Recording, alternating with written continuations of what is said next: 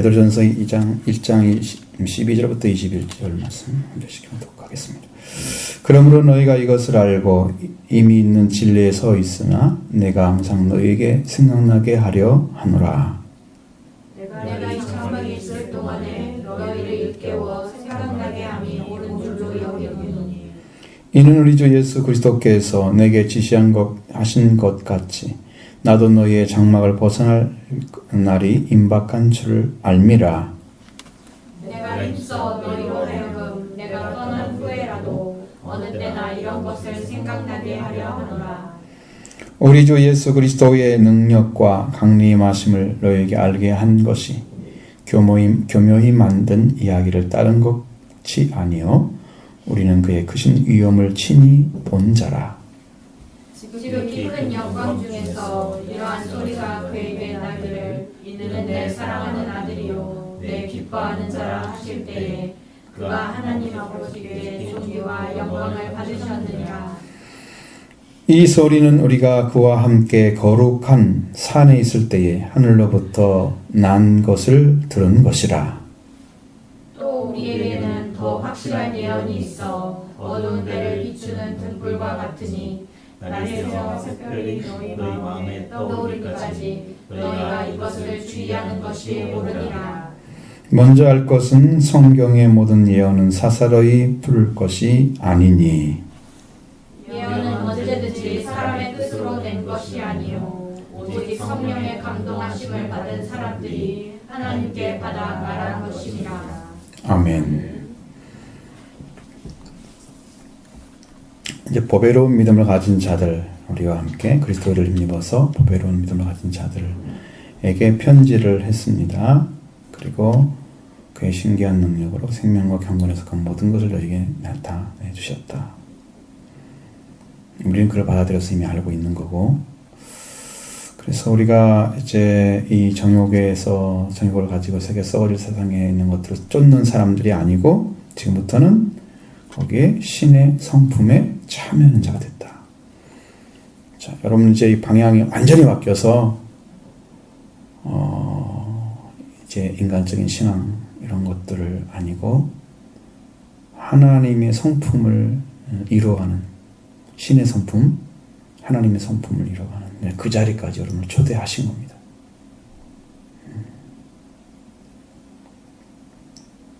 초대를 한다고 다 온 건 아니잖아요. 그렇죠? 초대를 했는데 핑계가 많아가지고 못 온 사람 많잖아요.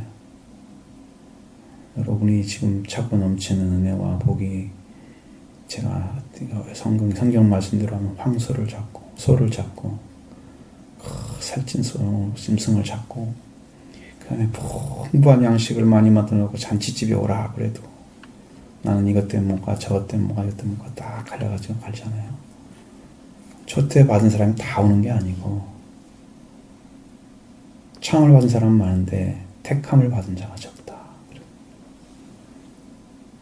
신의 성품에 참여하도록 불러주셨습니다. 그럼 여러분들이 거기 들어가야죠. 너는 제외되고 너는 들어가고 그런 게 아니고 불러주셨으면 부름받은 자리에서 거기에 참여하는 자로 그러니까 동교 공동체가 되어져야 됩니다. 여러분 공동체가 하나가 돼서 들어가는 거예요. 거기에 이제 여기서부터 믿음의 덕을 뭐 이렇게 쭉 나오잖아요. 이제 사랑이 최고의 위치에 있습니다. 완전한 사랑은 생명의 가치를 결정합니다. 여러분 하나님의 사랑을 받고 있거나 받아 가지고 가는 사람들은 생명의 가치를 이미 찾은 사람들이에요. 그래서 최고의 가치가 내 안에 존재합니다. 하나님의 사랑을 받게 되면 사랑의 대상이 됐다는 거죠. 내가 그분의 구원의 대상이 됐다는 거죠. 최고의 축복은 죽어야 할 사람이 죽지 않고 영광스러운 자가 되는 거. 멸망받아야 할 사람이 멸망받지 않고 생명을 얻는 거.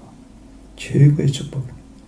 하나님의 사랑이 그걸 이루었는데 그 사랑을 받을 대상이 됐다는 거예요. 여러분이 그 자리에 초대받은 것입니다. 아멘. 그러면 들어가셔야 됩니다. 아멘. 뭐로? 어떻게? 믿음으로 들어가면 됩니다. 처음 시작이 믿음이잖아요. 믿음으로 사랑까지 이르죠? 믿음이요. 받아들이는 사람은 사는 거고 안 받아들이는 사람은 죽는 거고. 일단 불렀어요. 부르면 여러분이 나도 이걸 차지할 거야. 침노하는 자, 천국은 침노하는 자 것이니 침노하는 자가 되셔서 달려가셔야 합니다. 누구 핑계 댈 거 없어요? 누구 눈치 볼 거 없어요? 전 눈치 안 봅니다. 내가 영적인 거라면 눈치 안 보죠. 사람 인식 안 합니다. 거기서는 뭐 누구 때문에 못했어 그렇게 못한다. 이게 어쩔 수 없이 체면적인 거라면 있을 수 있어요. 그런 것은 그거 외에 아니면 하나님 그다 그러면 무조건 들어가야죠. 침노를 해야 되는데 그 누구 때문에 뭐든 그 핑계 대면 어떡해. 그건 자기가 죽는 일인데 그런 일을 왜 해요? 그렇게 해서 사랑이 더해져서 이게 흡족한다고 그랬죠. 그럼 그 열매 게으르지도 않고 열매 없는 자가 되지 않게 하는데 이런 것이 없는 사람은 맹인이라고 그랬어요. 눈이 떠진 사람이 아닌 사람이야. 눈이 감아진 사람. 옛죄가 깨끗된 것을 잊어버렸어. 그러니까 내 안에 지금 주님 오셔서 다 이미 이루어놨어요. 여러분 열심히 말씀드렸죠? 다 이루는 자기가 확신이 없는 거야. 우리 이현 집사님 지난번 왔을 때 말씀하신 거 내가 너무 고맙게 생각해요. 죄를 사하는 주면 알았다 그랬잖아요. 그것을 인제 깨달은 거야. 나는 진작에 사연했다고 얘기를 했는데 그게 확인이 안 된 거지. 그래서 이제 기도를 하면서 확인이 되는 거예요. 그것이. 여러분 믿으시면 돼요. 그대로. 믿고 기도하셔서 받으면 됩니다. 왜?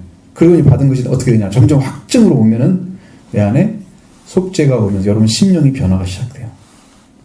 주님을 사랑하거나 생계를 사랑하거나 이런 것들이 사랑인지 사랑의 방향이 딱 바뀌는 거예요. 세상을 사랑하진 않습니다. 마음이 돌이키면. 그건 거리끼는 거야. 나는 싫어. 이런 것들이 거부감 생기고 같이 있고 싶지 않고 막 그런 거 생기고. 여러분 술을 딱 끊으면은 술 먹는 사람 보면 싫어하잖아요. 근데 인박인 사람들은 술 끊었다가 다시 보면 그냥 발 가잖아요. 여러분 회개가 완전히 안 된 사람들은요. 그거 끊었다가 다시 갑니다. 토했다가 다시 먹습니다. 완전히 깨지지 않은 사람들은 그렇게 갑니다. 그러니까 완전히 깨지지 않아요. 불완전한 거예요. 회개를 할 수 없어요. 깨끗하게 된 걸 잊어버리면 안 됩니다. 그러면 맹인이 됩니다. 갑자기. 응? 믿었는데 갑자기 이상해졌어. 그러면 그 사람은 깨끗하게 이미 주셨는데 나는 이미 잊어버리는 거예요. 그 은혜를 버리는 것은 아니야. 근데 은혜를 버리는 일을 할 수도 있어. 은혜를 버리면 주님도 버립니다. 은혜를 안 버리면 주님도 안 버립니다. 은혜가 그 표준이에요. 주님 우리를 버리고 안 버림이 거기에 기준이 은혜예요. 그걸 믿음으로 받아들여서 그냥 다 누리고 살면 버림받을 일이 없어요. 근데 이것을 마음대로 생각하는 사람, 자기 방법대로 생각하고 이렇게 왔다 갔다 하는 사람들 문제가 좀 있을 수가 있어. 자, 그래서 우리가 부르심을 받은 것과 택하심을 받은 대로 어떻게 더 굳게 하라 그랬죠. 그래야 실족하지 않는다 그랬죠. 자, 이런 것들 이렇게 하면 우리 주 그리스도 그저 예수 그리스도 영원한 나라에 들어가면 넉넉히 주시겠다 말씀하셨잖아요. 이렇기 때문에 그러므로 이제 이 12절 지금 얘기하려고 지금 그 말씀을 전 예가 없이는 도저히 안 되니까 그러므로 딴 얘기하고 있으면 어떻게 되잖아요. 너희가 이것을 알고 진리에 이미 있는 진리에 섰으나 내가 생각나게 하려고 한다. 그러면서 이야기를 또 하는 거예요. 내가 장막이 있을 동안에. 장막은 자기 몸에 지금 내가 거하고 있는 상태를 지금 얘기하는 거죠. 동안에 너희를 깨워 생각나게 함이 옳은 줄 아노니. 왜 그러냐면 자기가 이미 죽을 때가 가까운 줄 알고 있었습니다. 베드로가. 지시가 있었다고 그러잖아요. 14절에. 우리 주 예수 그리스도께서 내게 지시한 것 같이 나도 나의 장막을 벗어날 날이 임박한 줄 죽을 걸 이미 말씀하셨잖아요. 요한복음에서는 뭐라고 말씀하셨어요? 요한복음 21장에서는 빨리 보셔야 돼. 왜냐하면 이게 베드로의 죽음과 연결되어 있기 때문에 그런 거예요.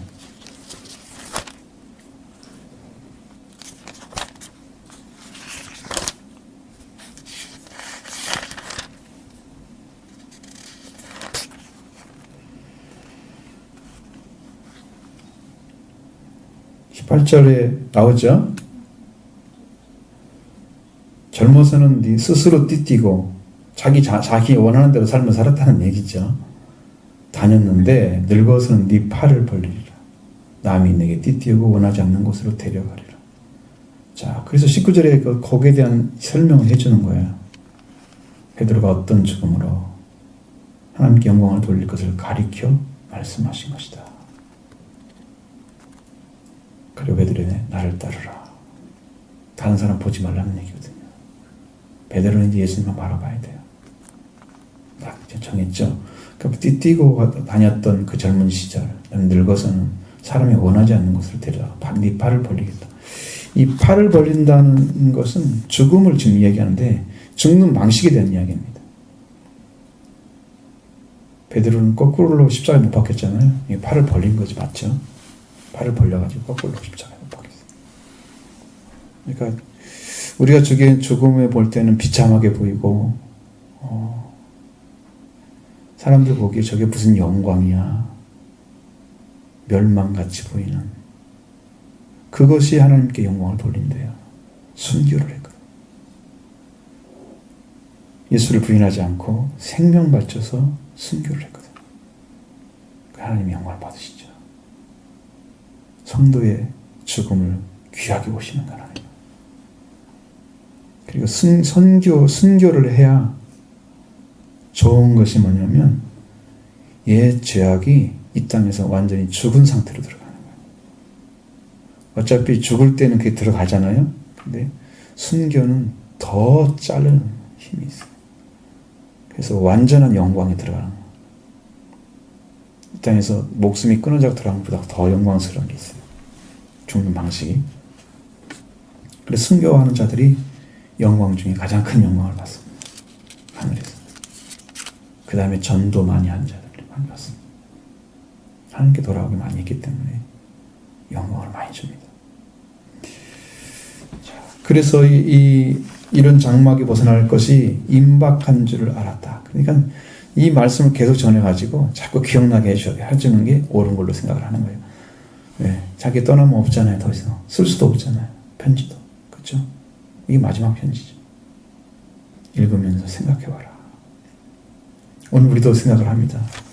베드로가 쓴 그 말씀을 가지고.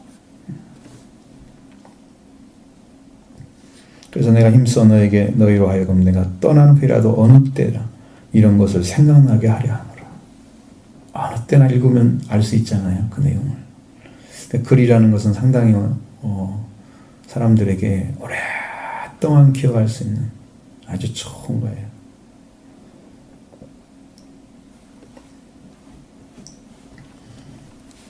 그 다음에 이제 예수 그리스도의 능력이나 강림하심에 대한 이야기를 하고 있습니다. 이건 재림을 말씀하시는 거죠. 다시 오시는 걸 말하는 거니까 강림은 내려오시는 걸 말하는 거예요. 그럼 예수님은 지금 하늘에 올라오셨잖아요.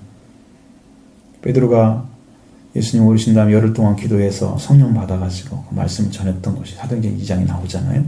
그러면 베드로는 이미 예수님 올라가셔가지고 있던 승천도 받고 그 다음에 다시 올 것도 알고 있어요.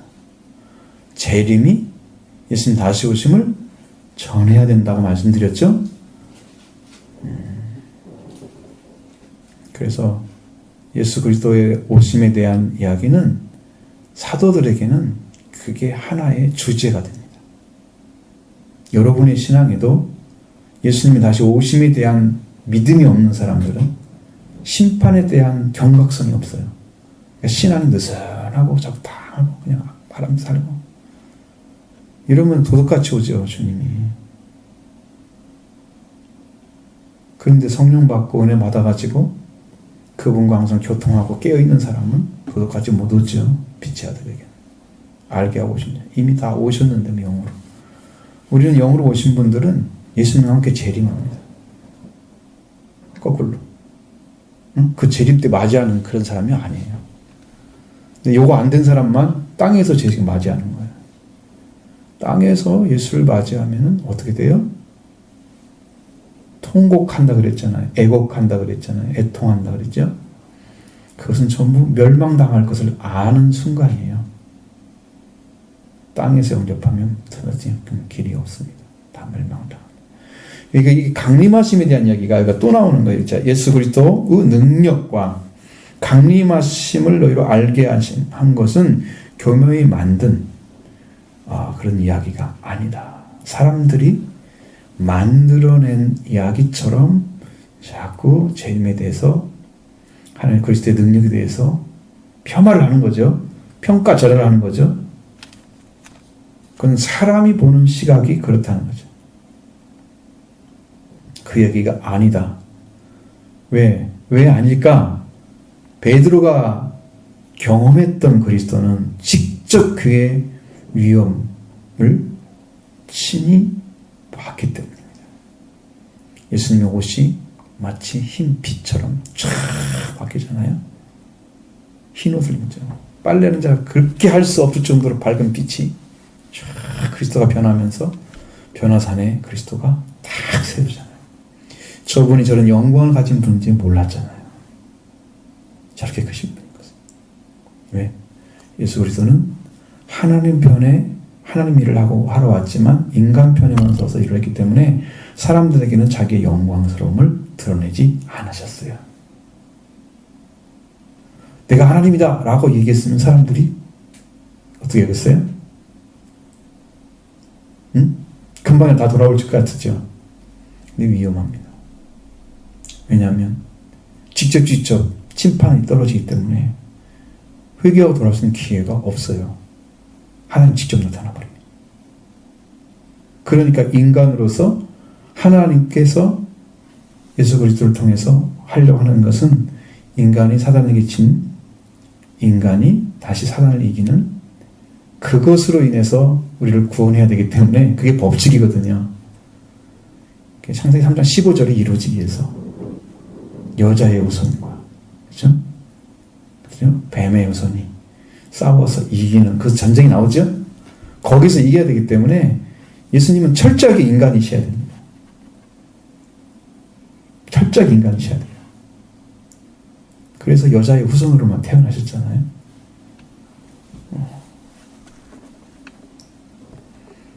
그렇게 했었는데 하나님의 아들이나 아니면 하나님 자신의 모습으로 완벽하게 드러나면 사람들은 그 앞에 심판을 받아야 됩니다. 구원하러 오신 분이 심판을 하게 생겼어. 하나님 편에 쓰게 되면 어떻게 돼요? 그러니까 하나님과 동등됨을 취할 것으로 여기지 아니하시고 이렇게 내린 거예요. 이렇게 내려간 거예요.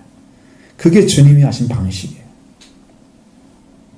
그런데 어쩌다 한 번씩 이렇게 베드로나 요한, 야고보 이런 사람들이 갔던 변화산에서 왔던 그 세계는 지금까지 한 번도 땅에서 보이지 않았던 변화산의 모습을 딱 보여줬을 때 그의 크신 위험이 어떠한 것을 그는 친히 눈으로 목격을 했기 때문에 그는 잃어버릴 수가 없을 정도 일생 동안 아마 가지고 경험하고 그걸 가지고 있을 거예요.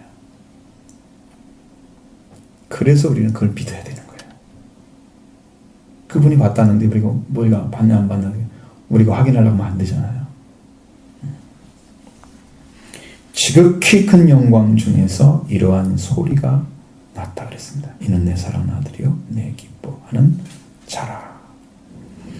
마태복음 16장에 똑같이 나오죠. 베드로가 정신이 없어서 하나는 집을 셋을 지어가지고 하나는 주님을 위해서 하나는 베드로 하나는 모세 하나는 엘리야를 위해서 합시다라고 얘기했던 정도로 정신이 하나 없었을 때 그때 하늘의 구름이 쫙 덮이면서 예수님의 모습이 다 가려지고 모세와 엘리야는 보이지 않고 소리가 났잖아요. 이는 내 사랑하는 아들 내 기뻐하는 소리가 딱 너희는 그의 말을 들으라. 그러니까 베드로가 해야 될 말은 없는 거죠. 예수님의 말씀을 들어야 할 자리에 서 있는 거예요.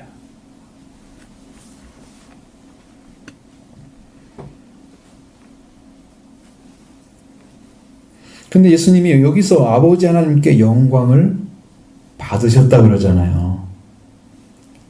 아들이 아버지한테 영광을 받으면 되나요? 안 되죠. 아버지께 영광을 돌려야 되죠. 내가 하늘에 계신 우리 아버지 그랬으면 하나님께 우리가 아버지 이름을 거룩하게 여김을 받으시라고 이렇게 해야 되죠. 하나님께 돌려드려야 되는 게 맞는 거죠. 그러면 아버지께서 하나님께서 예수님께 영광을 돌리셨다? 이것이 동등되다는 얘기입니다.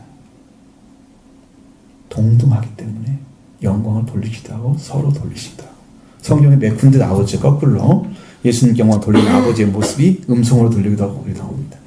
예수님은 하나님이신 거죠. 나와 아버지는 하나다. 우리 때문에 아들의 모습으로 인간이 돼서 왕의 모습으로 오신 거예요. 그런 모습이지. 예수님이 그렇고 낮은 자리에 있어서 아들이기 때문에 그렇게 오신 게 아니에요. 아버지께 존귀와 영광을 받으셨다. 하나님의 아버지께. 자, 예수님이 하나님이십니다. 아들이라고 말씀하셨지만 이게 영광이 됐다는 거예요. 자, 그 다음에 이 소리는 우리가 그와 함께 거룩한 산에 있을 때 하늘로부터 난 것을 들은 것이다. 직접 경험했다는 얘기가 엄청 중요합니다. 거룩한 산이라고 그랬죠. 우리는 뭐 변화된 그 산이라는 말 때문에 변화산이라는 말을 쓰지 실제로 어떤 산인가를 정확히 집어내지는 못합니다. 지금 정확한 산은 모르죠. 여기는 거룩한 산이라고 그래요. 변화된 산, 거룩한 산입니다.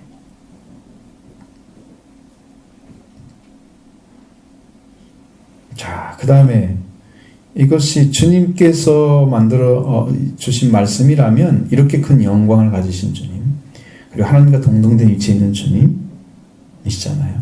그러니까 교회에 만든 얘기가 아니라는 것을 말씀하고 있는 거예요. 예수님의 그리스도의 능력이나 그리스도의 강림이 다시 오심이 절대로 그냥 만든 얘기가 아니다. 확실하게 그분이 크심을 봤다. 증언을 해줬죠. 그 다음에 또 우리에게는 더 확실한 예언이 있다고 말씀하고 있습니다. 확실한 예언.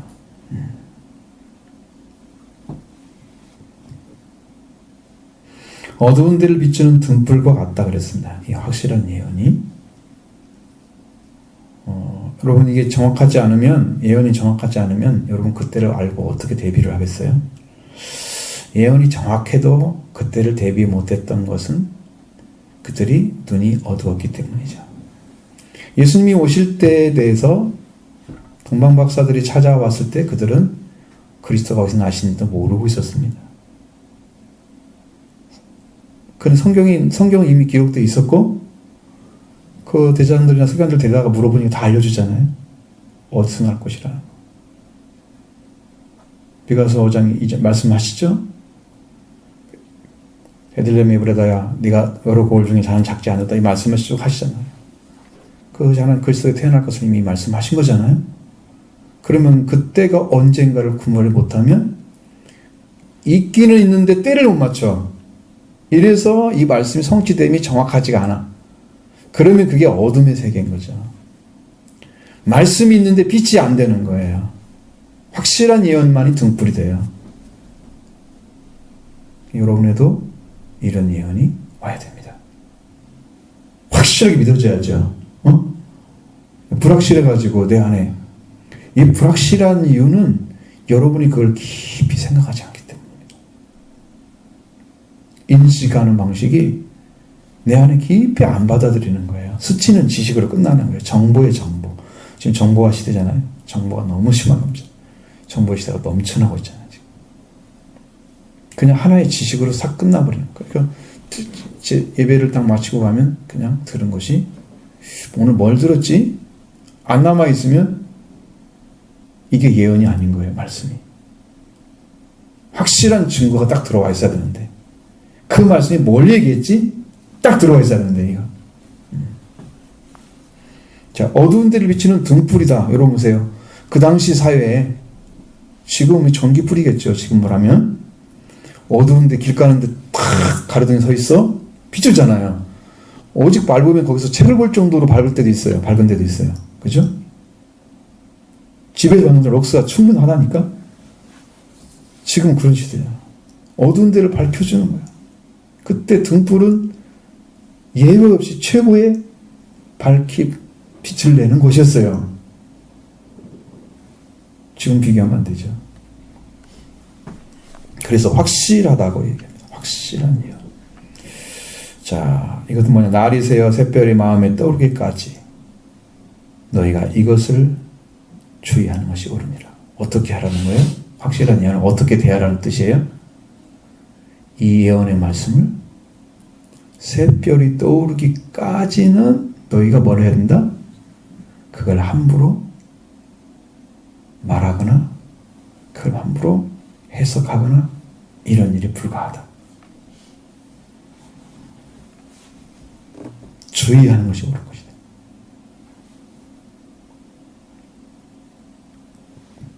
등불은 언제 킵니까? 캄캄할 때 비죠. 샛별이 떠오르면 아침이 가까운 거잖아요. 더 이상 필요 없죠. 등불이 필요 없죠. 그럼 새로운 거잖아요. 그것은 아침이 됐으니까. 그것이 올 때까지는 뭐라 해야 된다? 이것을 주의하라. 새로운 확실한 예언 자체에 대해서 해석하는 거 주의하라. 그러면 여러분에게 그 샛별이 뭐예요? 샛별이 도대체. 샛별이 떠오르는 게 뭐예요? 자, 예수 그리스도에 대해서 여러분이 두 가지 이야기를 잘 들으셔야 되는데, 한 가지는 예수님이 별로 오셨습니다. 별로. 그것은 유대인의 왕으로는 동방박사의 별이 있습니다. 그 별은 부활하기 이전에 예수님이 태어나시는 초림의 별인데, 그것은 고난의 주를 가리키는 건 별입니다. 그러니까 예수 그리스도가 이 땅에 오셔서 죽으셔야만 구원이 되는 별입니다. 그래서 그들은 별을 찾아가서 그들을 통해서 구원을 받는 일을 하죠. 아직 십자가에 못 박히지도 않았는데, 왜? 그분이 메시아면 십자가에 못 박히든 못 박히지 않던 만난 사람은 다 구원을 받습니다. 애기여도 구원을 받습니다. 그리스도가. 그래서 구원을 됩니다. 왜? 그리스도는 이 땅에 태어나기 전에 영으로 계셨다고 그랬죠? 오기 전에도 이미 제사를 통해서 구원시킨 일을 하시고 계셨던 거예요. 자기가 완전하게 죽으시고 부활하신 후에는 이제는 영으로 오시는 거죠. 그때는 영광의 별이 되는 거죠. 부활의 주님, 부활하신 주님, 죽음이 없는 생명 가진 주님, 이 주님이 샛별입니다. 그럼 여러분에게 이 생명의 주님이 우리 안에 마치 샛별이 떠오르는 것처럼, 등불을 얘기했으니까 샛별이 떠오르는 등불이 필요 없는 거잖아요. 여러분 십자가에 못 박힌 예수를 찾아러 오는 거구나 하고 막달라 마리아의 천사들이 많이 말하죠. 그거 찾으면 안 된다 그랬죠. 그럼 죽은 예수를 찾아서 가서 어떻게 구원받으려고? 부활한 주님을 찾아가야죠. 그분을 만나야죠. 그럼 십자가의 속죄가 이루어지고 내게 부활이 이루어져서 내 안에 뭐가 떨어져요? 생명의 씨앗이 떨어지는 거죠. 씨앗이 떨어진 사람이 40일 동안 자라면 10일 동안 다시 기도해서 이게 영구는 게 아니잖아요. 50절 오순절에 성령을 받게 되는 거죠. 근데 이 부활의 주님을 만나지 못하면 이 사람은 예언의 말씀들이 아주 해석이 힘들어요. 그러면 이 사람들은 뭐만 해야 되냐면, 아직 주님을 잘 모르잖아요. 그럼 그 안에 해석이 되는 것은, 구약은 예언적이잖아. 옛날의 약속이 이루어져 가지고 새로운 약속으로 나타나잖아요. 예수님 통해서. 구약적인 사람이 되는 거예요. 이걸 못 갖게 되면. 그럼 여러분 신약을 읽는데 구약을 읽고 있는 거예요. 지금 부활의 주님이 오시지 않으셨으면. 그래서 은혜 받기가 엄청 힘들다. 여러분 빨리 구원 받으셔야 돼요. 성령 받으셔야 돼요. 그래서 그런 거예요. 성령을 읽어도 은혜가 되잖아요. 나한테 기쁨이 넘치잖아요. 성경을 읽어도 막 희망이 넘치잖아요. 말씀이면 나한테 해석이 막 탁탁 성령께서 두셔서 가르쳐가지고 막 이렇게 영으로 막 행복함이 넘치잖아. 성령이 해석해 주니까. 내용이 자라가지고 성령이 말씀하신 걸 다 그걸 삼킬 수 있다면 그건 해석이 이루어지는 거야. 지금 나한테. 응? 성령이 주시는데 이걸 이해를 못해. 그럼 나는 어린애기인 거야. 그러니까 그 말씀 못 먹죠. 어린아기는 젖을 먹어야 되겠죠. 영적으로. 그러니까 그거밖에 못하는 거야. 그러니까 성장이 안 되는 거야. 언제까지 유아식 먹어야 되지? 우유만 먹고 있어야 돼요? 그러면 안 되잖아요. 그것도 빨리 성장하셔야 돼요. 자, 확실한 예언. 자, 예언에 대한 얘기를 할 때 그 베드로의 이 성경을 쓰는 방식은 앞에서 전제를 딱 하고 뒤에서 설명을 해요. 자, 20절 보면 뭐라고 나와 있어요? 먼저 알 것은 성경의 모든 예언은 이렇게 나오잖아요. 앞에 말이 뭔 말이에요? 확실한 예언이라는 말씀하셨잖아요. 이제 어떻게 해석을 하는 거예요? 모든 예언은 사사로이 자기 생각이나 자기 느낌이나 자기 생각 자체의 어떤 잣대를 가지고 성경을 해석하면 안 된다는 거죠. 사사로이란 말은 자기 개인적으로 자기 느낌대로. 그럼 뭐가 중요해요, 여기서는요? 뭐가 중요할까요? 여기서는 문자가 중요합니다. 문자가 하는 이야기가 뭔지 정확히 알아야 하잖아요. 그렇죠? 그 다음에 성령이 그걸 가지고 이야기하십니다. 또 다른 방식으로 이야기하십니다. 성령께서. 그러니까 성경 안에 들어있는 이면적인 자, 겉에 보이는 문자 해석했죠? 그 다음에 성경에서 말씀하고자 하나님께서 말씀하고자 하는 이면적인 내용을 성령께서 말씀하시는 거죠. 그 두 가지만 들으면 완전합니다. 그럼 사사로 해석한 게 아니죠? 그 나머지는 다 사사로 해석하는 거예요. 내가 읽고 나니까 성경이 어때? 어떤 느낌 딱 가지고 다른 사람이 성경 해석하면 이건 아닌 것 같은데 자기 잣대로 딱 떼서 딱 자르는 거예요. 자기가 해석을 했으니까 이미 가지고 있는 거잖아, 그걸. 그러니까 말씀이 안 들어오는 거죠. 과거에 여러분들이 옛날에 우리가 성경 그 설교학을 공부할 때 그런 얘기 많이 하던데, 공부할 때 돼지 설교를 하면 1, 2, 오늘은 제목이 목사님 설교 이렇게만 딱 안 돼요. 성도들이 첫 번째, 두 번째, 세 번째. 오늘은 설교 이렇게 하셔야겠네. 왜? 익숙하게 다 알고 있는 이야기를 또 하시는 것처럼 보이는 거야. 나는 그렇게는 못하겠던데. 그렇게 되지도 않아요. 성경을 똑같은 걸 계속 해석해라 해봐요. 나는 6번 다 다르게 해석할 거예요. 왜? 성령께서 새로운 각도로 다 봐해주세요. 같은 성령이 본문인데 원어도 똑같은데 색깔이 달라, 컬러가. 그게 다른 설교가 되어버리는 거예요. 그건 주님이 어디다 포커스를 주고 나한테 말씀하시는가 딱 보면 나중에 다 알 수 있어요. 그러니까 그 문제는 저는 문제. 하나, 둘, 셋 못합니다. 이번 주는 이렇게 다르게 나왔어, 말씀이. 나는 이렇게 생각했는데 이게 아니야. 이제 자기가 먼저 읽었던 사람도 헷갈리는 거지, 이제. 근데 빨리 받아들이신 사람이 사는 자예요. 그것이 그냥 레마로 들어오면 여러분 산자가 됩니다. 그 말씀이. 근데 사사로이 풀하고 이미 가지고 있는 사람들. 잣대를 가지고 있는 거예요, 자기 자를.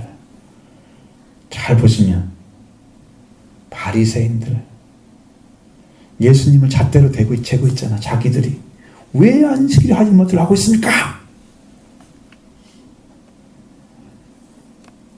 누가 하라는 거예요, 그거? 안식일에 주인이 와서 하는데 왜 못하게 해, 지가?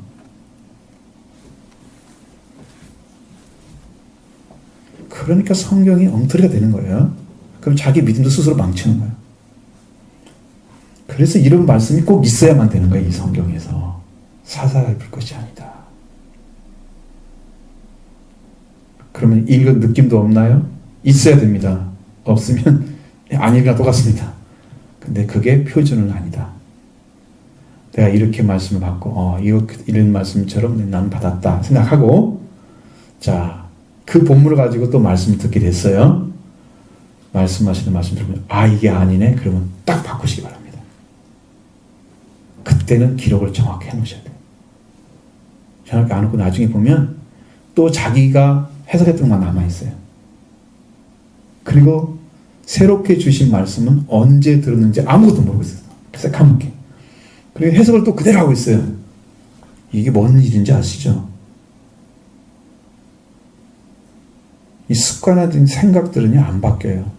새로운 진리가 완전히 심어지기 전까지는 안 바뀌어요. 사사를 푸는 게 위험하다.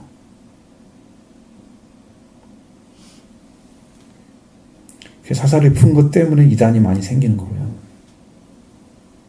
네 말이 내 말이 맞아, 네 말이 맞아 싸우면서 자기들이 막 영적 위치를 막 차지한 것처럼 사탄이 주는 위치를 다 가지고 마치 자기가 그 위치에 있는 것처럼 사탄은 엄청 좋아하죠. 반석 위에 세우는 게 아니라 사사로이 푼 예언에 세워놓는 거예요.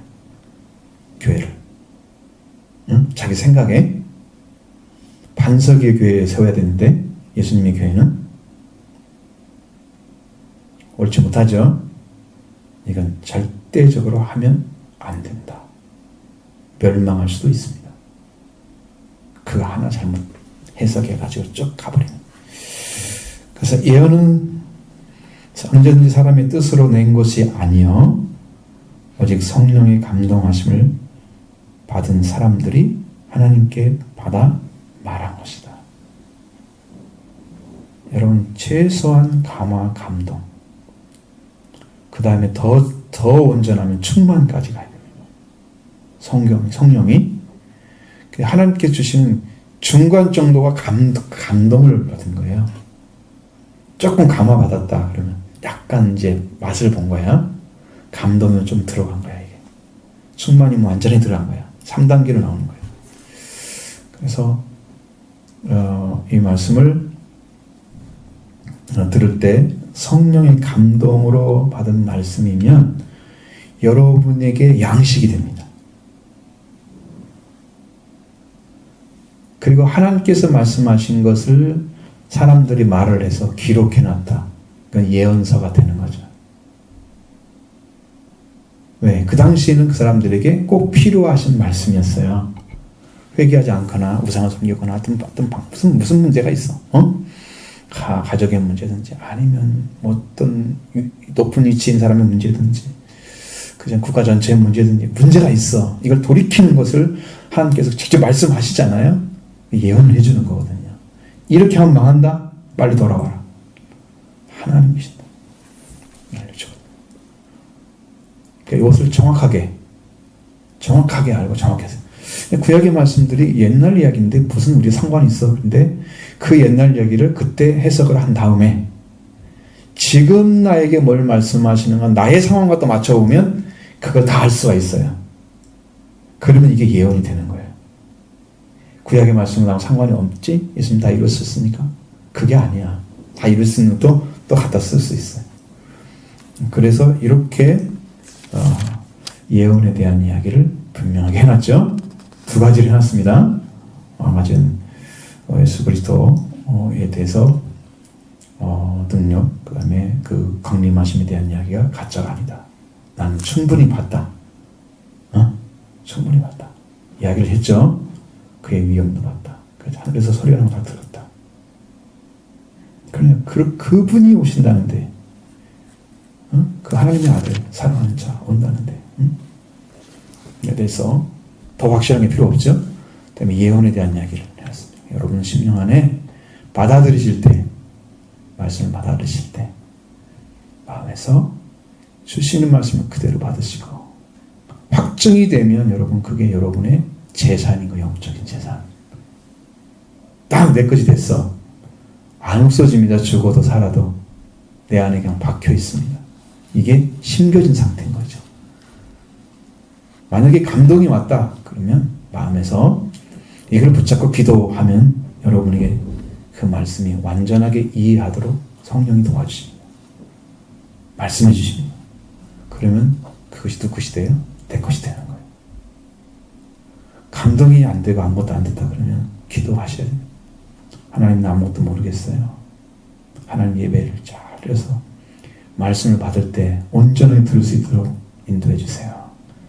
준비하는 게 그걸 준비하는 거예요. 예배 준비는.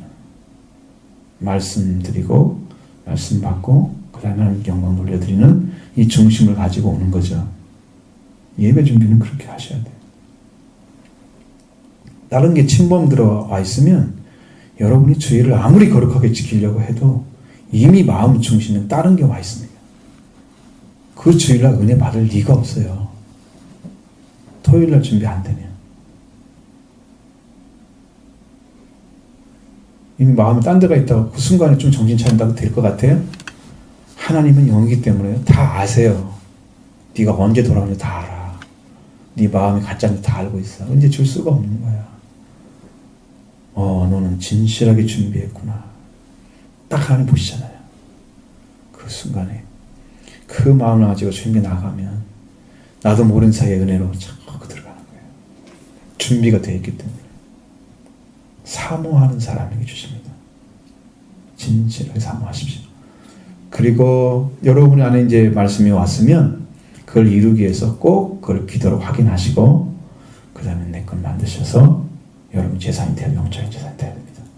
그럼 내 안에 그 말씀이 항상 박혀 있어요. 네? 새겨진 거나 똑같아. 심겨진 거지. 네? 열매 맺습니다. 열매 맺습니다. 이런 말씀을 좀 기억하시고 우리가 마땅히 살아야 할 길 찾아서 좀 온전히 열매 맺는 삶이 되길 바랍니다.